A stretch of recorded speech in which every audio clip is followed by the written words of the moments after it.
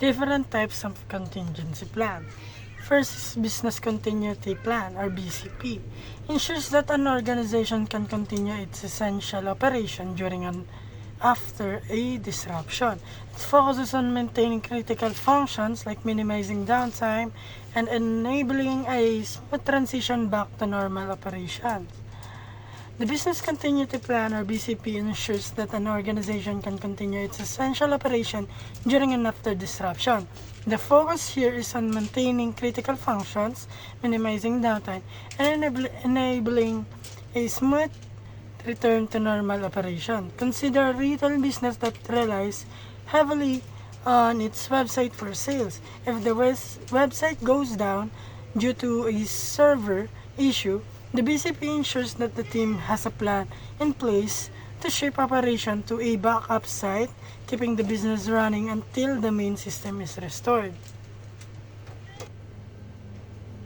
Next is Disaster Recovery Plan or DRP.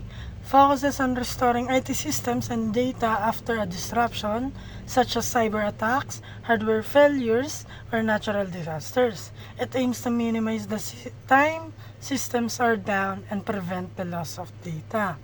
For example, a financial institution might experience a cyber attack that compromises its online banking systems. The DRP would guide the IT team on how to recover lost data, implement system backups, and bring operations back online as quickly as possible. Next is Crisis Management Plan. Prepares an organization for handling emergencies by outlining communication strategies, decision-making protocols, and public relations responses. It ensures that the organization can respond quickly and effectively to protect its reputation and operations during a crisis. So, if a major airline faces a flight cancellation crisis due to a technical issue, the crisis management plan would outline how to communicate with passengers, manage media inquiries, and coordinate with ground operation to minimize customer inconvenience. Next is Cybersecurity Contingency Plan. This addresses threats like data breaches, hacking, or other cyber incidents. It focuses on mitigating damage, securing sensitive information, and restoring affected systems. If a company database is hacked, the Cybersecurity Contingency Plan would guide the IT team to isolate the breach, prevent further damage, and begin the process of securing the company's data, all while notifying affected customers and complying with privacy regulations. Next is Financial Contingency Plan. Helps a business respond to sudden financial challenges such as loss of revenue, economic downturns, or unexpected costs. It includes measures to stabilize the organization's financial health during an economic downturn. A small business may face declining sales. The Financial Contingency Plan would help the business assess its cash flows, adjust budgets, and even consider short-term loans or other financial support to survive until the market improves.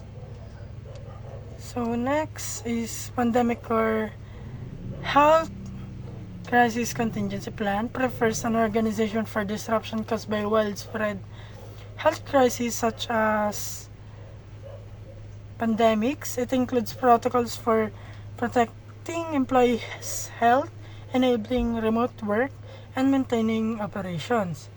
Health crises like pandemics can during the COVID-19 pandemic, business that had a health crisis plan in place were able to quickly transition to remote work, maintain communication, and continue serving customer without too much disruption. Next is Supply Chain Contingency Plan. A supply chain contingency plan ensures that a business can continue to operate if its supply chain is disrupted, whether due to supplier issues, transportation delays, or global shortages.